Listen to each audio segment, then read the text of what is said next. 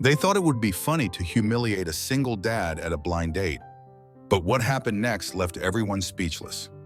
You will want to hear every detail. And hey, share your thoughts below and make sure to subscribe for more heartwarming stories like this one. The clinking of glassware and the low hum of conversations filled the gilded interior of the Aurelia Room, a restaurant that shimmered with golden light and velvet chairs. A place meant for celebrations and elegance, not cruel entertainment. At a corner table, a group of warehouse workers huddled too closely together, their laughter pitched a little too high, their eyes darting toward the entrance with restless anticipation. Briar Knox, the loudest of them all, leaned back with a smirk that seemed to stretch wider every time he checked his phone.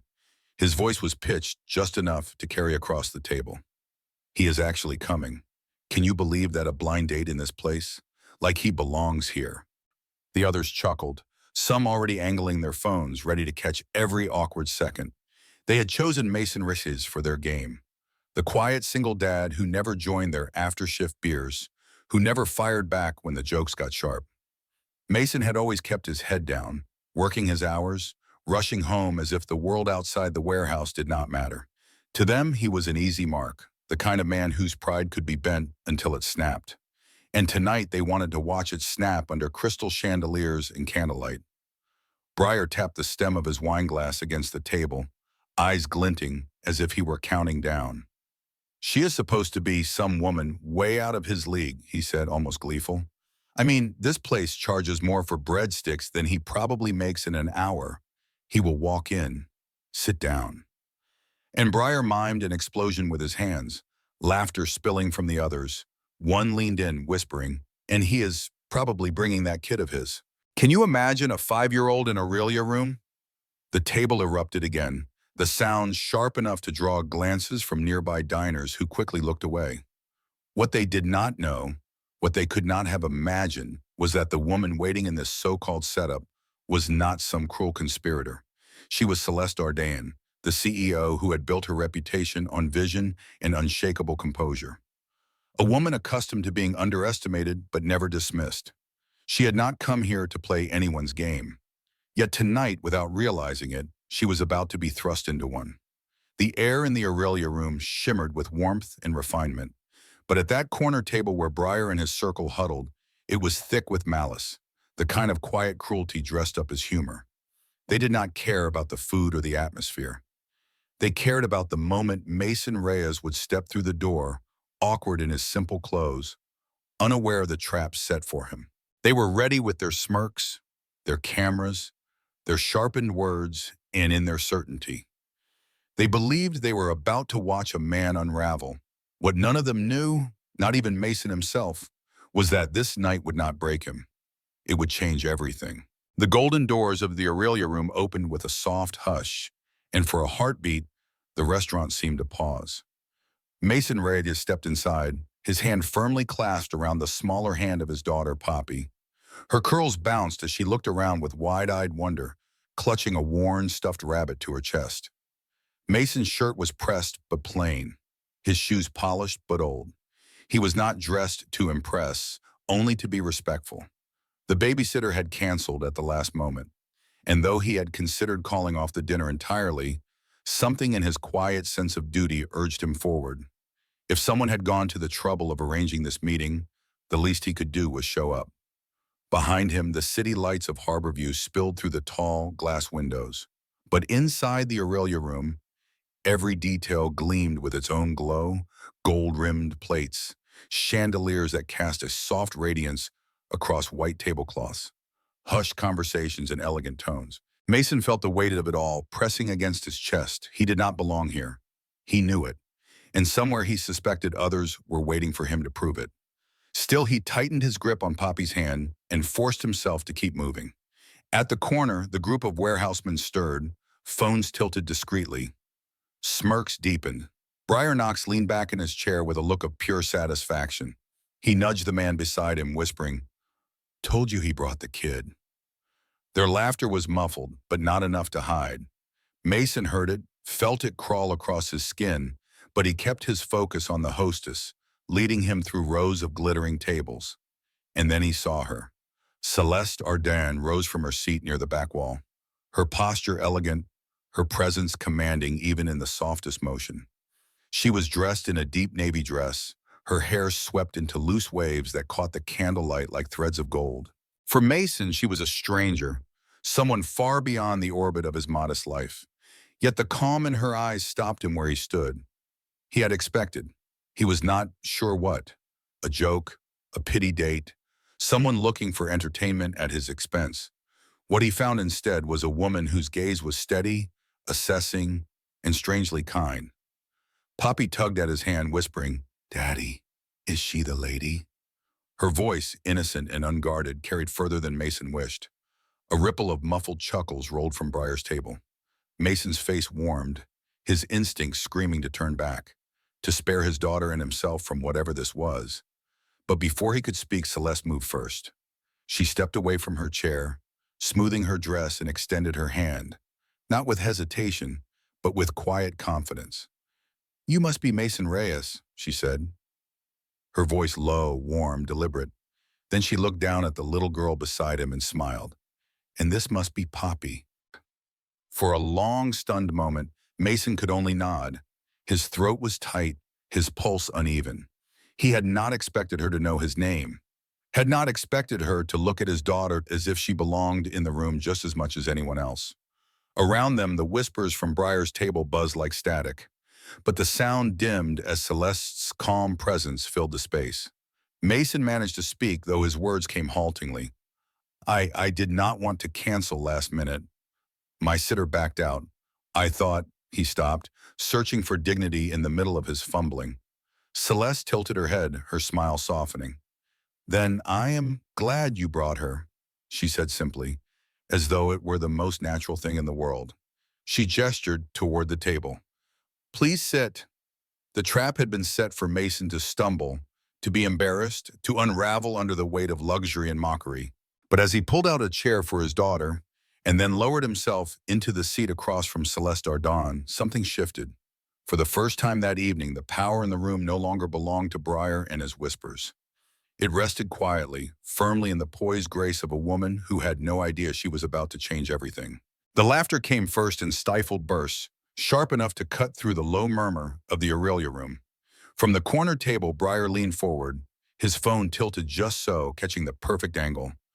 "Unbelievable," he whispered to the man beside him. "He actually dragged his kid here." A ripple of snickers followed, loud enough for Mason to hear, loud enough for Poppy's small shoulders to tense as she slid closer to her father. Mason's jaw clenched. He did not look their way. He never did.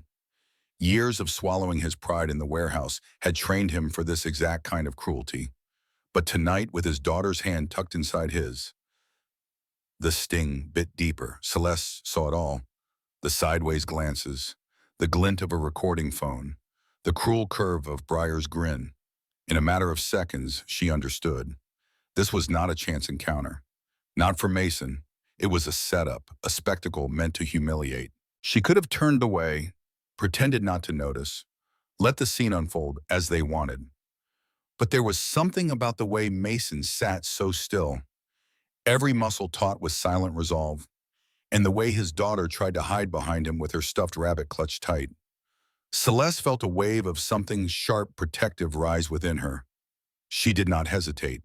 She reached for the chair beside Mason, the one still pulled back as if daring him to sit alone, and with a single graceful motion, she lowered herself into it, smoothing her dress with the ease of a woman who had made boardrooms bend to her presence. The effect was instant. The laughter behind them faltered, cut short as though the air had shifted. Phones lowered, smirks froze. Celeste turned toward Mason, her voice pitched just enough to carry, but not to boast. "I am glad you are here," she said, as if she had been waiting all evening. Then she looked at Poppy, her expression softening. "And I am even more glad you brought her." Mason blinked, startled. He had braced himself for pity, maybe polite discomfort, maybe even the subtle recoil he had seen 100 times when people realized he was raising a child alone. Instead, Celeste's words fell steady and sure. A lifeline tossed across the chasm Briar had dug. Poppy peeked up from behind her rabbit, eyes wide, and Celeste offered her a smile so warm it seemed to light the table between them. The little girl's lips curved shyly, and for the first time since stepping into the Aurelia room, Mason felt his daughter's grip loosen just a little. From across the restaurant, Breyer shifted in his seat. He muttered under his breath. But there was no laughter this time. The moment Celeste Ardon, elegant, untouchable Celeste, chose to sit beside Mason Reyes, their cruel game had lost its punchline. Mason exhaled slowly, his chest tight, his throat dry. He did not understand why this woman, this stranger, had just stepped into the storm that was meant to break him. But as the waiter appeared with the menus and Celeste accepted hers with a serene nod, Mason realized something he had not dared to hope. Maybe tonight was not going to end the way Breyer intended. Maybe, just maybe, the joke was not on him after all. The menus felt heavier than they should, the kind that listed dishes in elegant script with prices hidden at the far edge. Mason cleared his throat, his voice low, steady but uncertain. "I should apologize," he said, glancing from Celeste to the little girl beside him. "I know this is not what you expected. The babysitter canceled at the last second, and I did not want to waste your time." His words carried no excuse, only a quiet honesty that seemed to settle between them like a fragile truce. Celeste studied him for a moment, the flicker of candlelight catching the lines of fatigue around his eyes.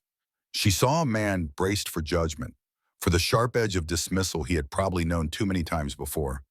But before she could respond, Poppy tugged gently at her father's sleeve, pulling a small notebook from her backpack.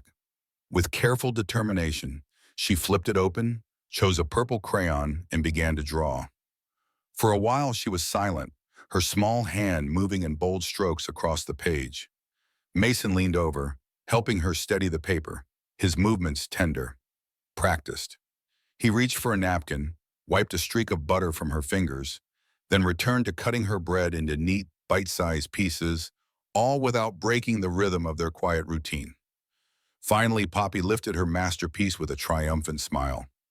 "Look," she said brightly, holding it up for Celeste. A figure with golden hair and a sweeping purple dress filled the page, complete with a crown that tilted just so. "It is you," she announced. "Princess Boss." The words landed with a kind of innocent force that even the most carefully chosen compliment could never match. Celeste felt the corner of her mouth curve upward. Then, before she realized it, she was laughing. Not the polite, restrained laugh of boardrooms or galas, but something lighter, freer. The first real laugh she had allowed herself in weeks. Mason looked at her quickly, almost startled, as though he had not expected her to find it funny or sweet or anything but awkward. But Celeste leaned forward, admiring the drawing as though it belonged in a gallery. "Princess Boss," she repeated, her tone teasing, but her eyes warm. "That is quite a title." Poppy nodded firmly, curls bouncing. "Because you look like one," she said, and returned to her crayons with the certainty of an artist who had said all that needed to be said. The tension at the table softened. Mason's shoulders, which had been drawn tight since he entered, finally eased. He gave his daughter's hair a gentle tousle, then reached across the table with an awkward, almost embarrassed smile. "She has a way of noticing things," he said. Celeste did not answer right away. Instead, she watched the way he folded a napkin into Poppy's lap, the way he placed a hand on her back whenever the waiter came near, the way every motion was deliberate, patient, and kind.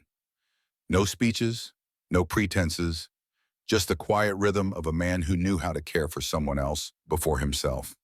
For all the grandeur of the Aurelia room, the polished silver, the chandeliers dripping with crystal, it was that small scene that struck Celeste most, the drawing in purple crayon, the tender patience of a father's hands, and the unexpected laugh still lingering on her lips. It was in that moment that she realized the evening was no longer about a setup or a trap, or even a joke waiting to land.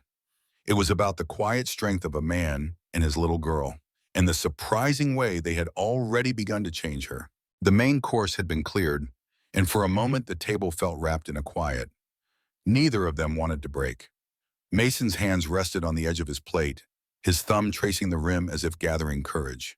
Finally his voice came, steady but low, carrying the weight of something long buried. "My wife," he said, pausing to glance at Poppy, who was busy arranging her crayons into careful rows. "She passed away years ago, a car accident. She was on her way home from work, and I never got the chance to say goodbye. Celeste's breath caught. The words were simple, not dressed in sentiment, yet they landed with the force of a truth spoken too rarely. Mason looked down at his hands, a faint scar along his knuckle catching the candlelight. I have not been on a date since, he admitted, his voice almost a whisper. It has been about making sure Poppy had what she needed. That was enough. Or at least I thought it had to be. There was no pity in his tone, only resolve. The kind that comes from living inside responsibility every single day. Celeste found herself staring at him, realizing this was not weakness, but a kind of strength she had rarely seen. She had built her empire by being untouchable, by closing doors before anyone could walk in. Yet here was a man opening the heaviest door he carried and offering her a glimpse inside. She drew in a quiet breath, her own words forming before she could stop them. I gave up someone once, she said. Her voice was calm, but there was an edge of something fragile beneath. He wanted me to slow down, to choose love over ambition. I told myself I could not do both. So I chose the company, the long nights, the endless travel, and he walked away. I told everyone it was the right decision, but there are nights. She stopped, shaking her head slightly. Nights when I wonder if I traded too much. Mason lifted his gaze, and for a moment their eyes locked. Two people on opposite ends of choices and loss, meeting in the quiet middle ground of regret. No explanations, no defenses, just recognition. The waiter returned with dessert. Breaking the moment, 2 bowls of ice cream were set down. Chocolate for Mason, vanilla with rainbow sprinkles for Celeste, and a smaller bowl piled high with whipped cream for Poppy. The little girl clapped her hands and declared in a voice that carried across the room, "This is the ice cream kingdom." She handed out titles with the authority of royalty. I am the princess, Daddy. You are Sir Chocolate. And you? She pointed at Celeste with her spoon. You are the sprinkle queen. Celeste laughed, the sound unguarded, genuine. Mason chuckled too, shaking his head as he raised his spoon in salute. For a few minutes, the weight of confessions lifted, replaced by the simple joy of playing along in a child's make-believe world. They leaned into it, sharing bites, teasing over who had more sprinkles, letting the laughter loosen what sorrow had tightened. In that moment, the Arroyo room no longer felt like a stage for someone else's cruel joke. It felt like a haven, a small pocket of light where a grieving father, a guarded CEO, and a little girl with whipped cream on her nose created a kingdom of their own. For the first time in a long time, it felt like all 3 of them could finally breathe. The days that followed slipped into something Mason had not felt in years, a rhythm that carried more than work shifts and bedtime routines. It began with a simple message, a thank you sent late that night from Celeste, and his reply that came after Poppy had finally drifted to sleep. By morning, there was another lighter this time, a picture of Poppy wearing a crown of paper and calling herself Queen of Pancakes. Mason hesitated before sending it, but when Celeste responded with laughing words and a picture of her own, her coffee mug balanced precariously beside a mountain of files, something inside him loosened. Their exchanges became small threads woven through his days, not constant, not demanding, but steady. A snapshot of Poppy drawing with crayons, a late-night article Celeste thought he might like, a gentle question about his favorite book. Mason never pushed beyond the surface. He still believed this was just kindness, perhaps pity wrapped in elegance, but it was enough to make him smile in places he once carried only silence. One Saturday afternoon, Celeste appeared at the Lumen Rise Community Center, her presence as natural as if she had always belonged there. Mason was in the back room, sleeves rolled up, repairing the wheels of a toy truck for one of the children. He looked up to find her leaning against the doorway, not with the polished air of a CEO, but with the soft gaze of a woman curious about his world. She did not announce herself, did not make a scene. She simply asked if she could help. By the end of the hour, she was sitting cross-legged on the floor with Poppy and 2 other kids, coloring princesses and dragons as though she had nowhere else she would rather be. Poppy, never shy with crayons, proudly unveiled a new drawing. It showed 3 figures beneath a rainbow, hands linked together. The little girl in the picture wore a pink dress, her curls bouncing like hers. Next to her stood a tall man in a plain shirt, unmistakably Mason, and beside them a blonde woman in yellow, smiling. Across the top, in bright red letters, Poppy had scrawled the words, "Mommy too." Mason froze when he saw it. He opened his mouth to correct her, to soften the misunderstanding. But Celeste reached out first, tracing the rainbow with her fingertip. Her smile was tender, almost reverent. "It is beautiful," she whispered, as if afraid to break the spell. Poppy beamed, certain her drawing had captured something true. That evening, when Mason tried to pay for their modest dinner at a nearby cafe, the check had already been taken care of. He frowned, puzzled, but Celeste only lifted her shoulders with a light shrug. "Consider it my thanks for letting me visit today," she said, her voice casual. Though her eyes carried something deeper, Mason did not argue. He simply nodded, filing it away as another act of simple kindness, the kind he rarely received and never expected. He did not know, not yet, that Celeste Ardon could sign checks larger than the entire budget of the community center. To him, she was just a woman who listened, who laughed with his daughter, who made the air around him feel a little lighter. And in that not knowing, in that fragile, ordinary space, the first quiet seeds of something more had already begun to take root. It happened in the smallest of moments, the kind that shifts everything without warning. Mason had been helping Poppy pack up her paints at the community center when Celeste's phone buzzed on the table. She reached for it quickly, but not before the screen lit just long enough for Mason to catch a glimpse. An email header, a name he recognized. And beneath it, the domain Ardon, Co. His chest had tightened. He had seen that name before forward on the plaques of buildings downtown, on the sponsorship boards of charity events, whispered with reverence in the financial pages he sometimes read at the library. Ardon and Company was not just a company, it was an empire. And Celeste was not just a kind stranger who colored dragons with his daughter. She was the architect of it all. Mason's first instinct was disbelief, a scrambling denial that maybe he had misread. But when he looked at her, calm and poised, something inside him sank. She noticed his stare and offered a gentle smile, almost as if she knew the secret had slipped. "You saw it, did you not?" she said quietly. He nodded once, unable to form the words. Her tone carried no pride, only truth. "I try to keep that part of my life quiet. People see titles, not people." For the rest of the evening, Mason could barely hear her words over the rush of his own thoughts. Every laugh they had shared, every message, every small kindness. Suddenly, it all felt like a gulf he had no way of crossing. By Monday morning, the whispers had already found their way into the warehouse. Breyer, never one to miss blood in the water, had posted a short video online. Mason crouched in the community center, tying Poppy's shoelace with Celeste in the background. The caption read, "Some people will play house with anyone to climb higher. Single dad, more like a single scam." The comments were worse. Laughing emojis, snide remarks, colleagues pretending concern, but dripping with mockery. The sting was unbearable. Mason walked the factory floor that day with his head bowed, every glance from a coworker feeling like another blow. He imagined them whispering, "He is chasing a CEO. He is embarrassing himself." It did not matter that none of it was true. The damage was done. That evening, Mason handed in his resignation. No warning, no explanation beyond a few clipped words. The supervisor raised an eyebrow, but did not argue. Men like Mason were easy to replace. When he left, he pulled out his phone, his thumb hovering over Celeste's name. For a moment, he thought of the messages waiting to be read, the warmth of her laughter through the screen. Then, with a heaviness that nearly crushed him, he blocked her number. He told himself it was for Poppy's sake. She did not deserve to be the target of ridicule. To grow up in the shadow of whispers that her father had overreached, that he had dared to touch a world that was never meant for him. To Mason, it was simple.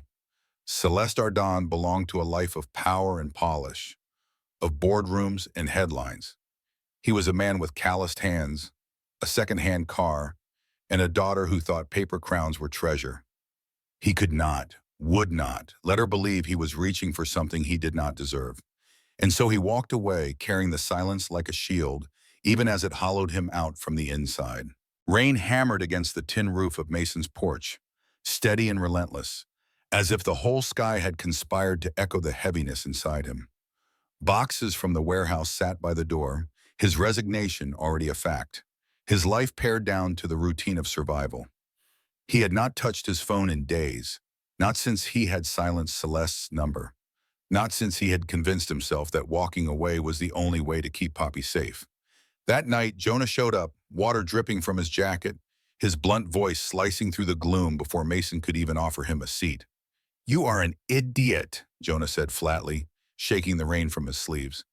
"You think you are protecting her? You think ghosting the first woman who has ever looked at you like a man worth knowing is noble?" He leaned forward, eyes hard. "You are not afraid of failing, Mason. You are afraid of being loved for real. No strings, no conditions, and it terrifies you." Mason tried to argue, but the words caught in his throat. Jonah's tone was unflinching, but his eyes were not cruel. They were the eyes of a friend who had seen him carry grief for too long, who recognized the truth. Mason would not admit that it was not Celeste's title or wealth that scared him. It was the possibility she truly saw him. Scars and all. Hours later, when the rain had softened to a mist, there was a knock at the door. Mason froze, dread tightening in his chest. When he opened it, the last person he expected stood there. Celeste, her hair damp from the weather, her arm cradling a sleepy Poppy who clung to her shoulder. The child stirred at the sight of him and reached out with a folded piece of paper clutched tightly in her hand. "This is for you," she murmured, her voice groggy but determined. Mason crouched to take it, his fingers trembling as he unfolded the drawing. Crayon strokes in every color stretched across the page. 3 figures holding hands beneath a rainbow. One tall, dark-haired man, one little girl with bouncing curls, and beside them a blonde woman in a yellow dress smiling as though she had always belonged there. At the top, written in uneven letters, were the words, "Our family." The air seemed to collapse around him. Mason's throat closed, his eyes burned, and before he could stop it, the tears came. Hot, unrelenting. Years of grief cracking open all at once, he pressed the picture to his chest, unable to speak, unable to decide if he was breaking apart or finally being pieced back together. Celeste stepped closer, laying a hand gently on his arm, her touch steady, anchoring. She did not say a word. She did not need to. The only sound was the quiet patter of rain and the soft breathing of the child who had drawn him a place he never believed he deserved. For the first time in a long time, Mason allowed himself to stand in that fragile space, caught between ruin and healing, and realized that maybe, just maybe, the two could be the same thing. The rain-streaked drawing still rested on Mason's kitchen table the next afternoon, its crayon colors smudged by the tears he had not tried to hide. He had barely slept, torn between the instinct to retreat and the ache of wanting more. When Jonah stopped by that morning, he had only said one thing before leaving. "Do not let fear be the loudest voice in your life." The words clung to Mason like a challenge he did not yet know how to face. That evening, he found himself in a crowded ballroom, a reluctant guest at the Women Who Rise conference. It was Celeste who had insisted on leaving a ticket at his door, though he had told himself he would not go. Yet here he was, seated near the back, his hands restless on his knees as stories of resilience and triumph echoed through the room. He tried to listen, but every beat of his heart was waiting for her. When the MC finally called Celeste's name, a hush settled. She walked across the stage in a simple navy suit, no glittering gown, no armor of extravagance, just herself. Her voice carried calm authority. But beneath it, Mason could hear something more vulnerable. "I started Lumen Rise after I realized that strength does not always come from standing alone. She said it comes from admitting we cannot and from letting others hold us up when the weight is too heavy." She paused, her eyes scanning the crowd until they found his. Mason felt it like a jolt, the world narrowing until it was only the two of them. Celeste closed her notes and set them aside. "I thought building a company would be enough. I thought sacrifice was the price of success. But someone reminded me that true courage is not about choosing between love and purpose. It is about daring to believe we deserve both." The silence in the ballroom deepened as if even the chandeliers were listening. And then Celeste did what no one expected. She stepped down from the stage, Her heels clicked softly across the polished floor as she moved past rows of women who turned in their seats, breath caught in their throats. She did not stop until she was standing in front of Mason. "Mason Reyes," she said, her voice steady, though her hands trembled slightly. "You have shown me more honesty in a single evening than most people show in a lifetime. You have reminded me what it means to laugh again, to care without fear, to believe in something bigger than loss." She reached into her pocket and pulled out a small velvet box, not opening it yet, only holding it like a promise. "I am not asking you to step into my world of boardrooms and headlines. I am asking if you will let me step into yours, into the everyday, into bedtime stories and Saturday pancakes, into family." The room held its breath. Mason stood slowly, his chest tight, his throat thick with words he could not quite form. She pressed the box into his hand, whispering just for him. "Not because you need saving, not because I do, but because we have already found home in each other." Tears blurred his vision as he opened the box to find a simple gold band. Nothing ostentatious, nothing meant to impress anyone but him. He looked at Celeste, saw the certainty in her eyes, and something inside him finally gave way. He sank to his knees, not to propose, but to gather her and Poppy, who had run forward from the side aisle, into his arms.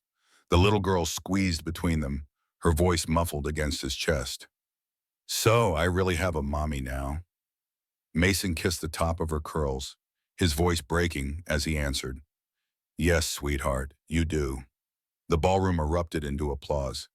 But for Mason, it all faded in that circle of arms beneath the lights. He no longer felt the sting of shame or the weight of unworthiness.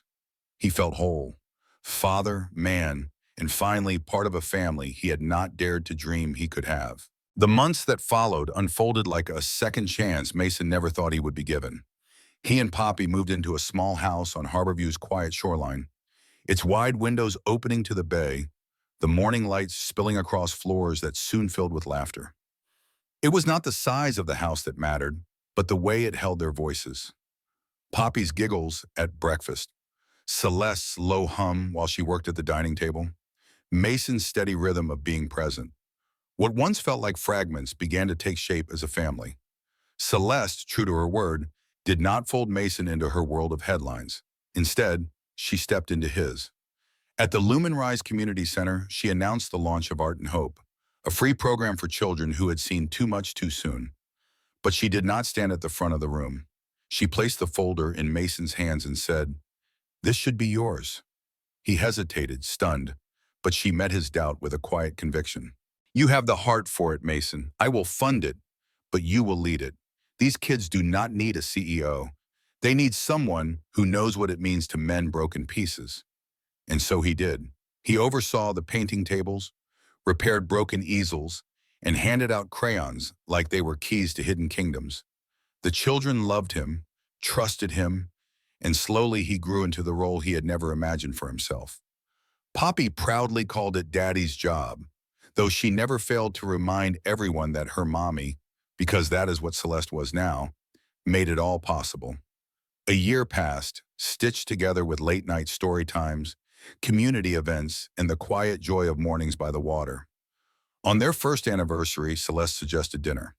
Mason smiled when she told him the place. Aurelia Room, the very restaurant where everything had begun. Not as a love story, but as a cruel trap. That night, they walked hand in hand through the golden doors, dressed simply, no need for armor or pretense. The hostess recognized them immediately, her smile warm. "Same table?" she asked, and Celeste nodded. They followed her through the rows of tables until they reached the corner, the very spot where Mason had once stood frozen. Poppy's small hand clinging to his, humiliation pressing down from every direction. Now the only weight he carried was the gentle squeeze of Celeste's fingers as they sat. Mason looked around the room, remembering the sting of laughter, the buzz of whispered jokes. And then he looked at Celeste, radiant in the candlelight, and realized those voices no longer mattered. The trap that had been meant to shame him had led him here, to this table, to this life. He reached across, lacing his fingers with hers. "Do you ever think about that night?" he asked softly. Celeste tilted her head, her smile faint but knowing. Sometimes, she said, but not with anger. If it had not happened, we might never have found each other. Mason's chest tightened, not with pain, but with gratitude so deep it nearly undid him. He squeezed her hand, whispering, "The best disguise life ever handed me." Celeste leaned closer, her voice low, "And the most beautiful beginning." Under the glow of the same chandeliers, at the same table once set as a stage for humiliation, they celebrated not the cruelty of that night, but the love that had grown from it. What had begun as a joke had become there forever. And in Harborview, the little house by the bay was no longer just a shelter. It was home. In the glittering trap of the Aurelia room, where cruelty disguised as humor waited to crush a single dad, Mason and Celeste discovered that true worth is never measured by polished tables or mocking whispers, but by the quiet courage to show up with a child's hand in yours and an open heart despite the storm. Mason, who had armored himself in silence after loss, learned that vulnerability is not surrender. It is the doorway to a love that sees beyond calluses and crayon crowns. Celeste, who commanded empires yet starved for real connection, realized that the greatest power lies in choosing to sit beside someone the world deems beneath you, turning a setup into sanctuary. Their story echoes a timeless truth. Kindness disarms cruelty, presence outshines prestige, and family is forged not in perfection, but in the messy, magnificent act of choosing each other when the joke is on everyone else. It is the reminder that the cruelest nights can birth the brightest beginnings if we dare to believe we deserve the table set for us. What about you? When has a cruel joke or whispered judgment tried to break you, only to lead you to unexpected love or strength? Was it a child's drawing, a stranger's grace, or your own refusal to walk away? Share your turning point in the comments. Let us turn this space into proof that no setup can stop a real story. And if these tales of disguised beginnings and chosen families light something in your soul, hit subscribe and ring the bell, because every week we are here celebrating the small acts that rewrite destinies, one crayon rainbow at a time.